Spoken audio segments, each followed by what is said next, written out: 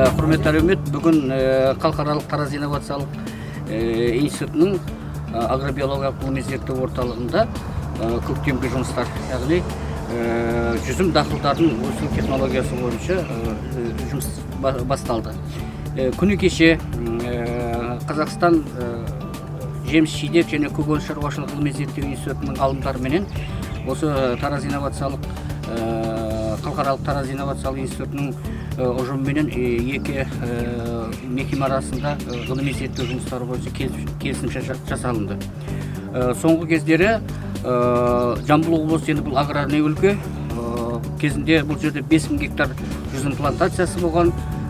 Соңғы кездерінде осы жүзім шаруашылығын дамыту бойынша үкімет тарапынан, соның ішінде біздің университеттің тарапынан өте үлкен қызығушылық болып, сол институт ұжымымен келісімшартқа отырып, олардың жаңа селекциялық сорттарын аудандастыру бойынша, агроклиматтық зерттеу жұмыстарын жасау бойынша және көшетті өзімізде дайындап, фермерлерге, шаруашылықтарға көшет жетістігі бойынша ғылыми зерттеу жұмыстарын бастадық. Міне кеше бізге қазір көшет өсіру жұмыстары басталды.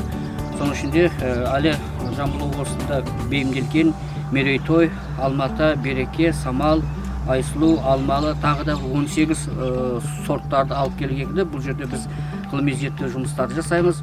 Студенттер практикадан өтеді, магистранттар ғылыми зерттеу жұмыстарын диссертация жазады, және агрономия, өсімдік қорғау, карантин мамандықтарының білім бағдарламасында студенттері осы жерде дуалды оқыту бойынша оқу процесін жалғастырады. Алдымызда біз оңтүстік өңірде алғаш рет жүзімнің этнографиялық коллекциясын жасау, содан соң бұл жерде аналық жүзім бақтарын отырғызу, және де сол жүзім кадастрын жасау бойынша үлкен бір өндірістік жоспарларымыз да бар. Оны болашақ көрсетеді. Бүгінгі біріңгі қадамдарымыз осы кешеге институттың алып келіп берген жүзім көшеттерін өзіміздің ғылыми зерттеу орталықтарында егіп тәжірибеден өткізу жұмыстарын бастадық.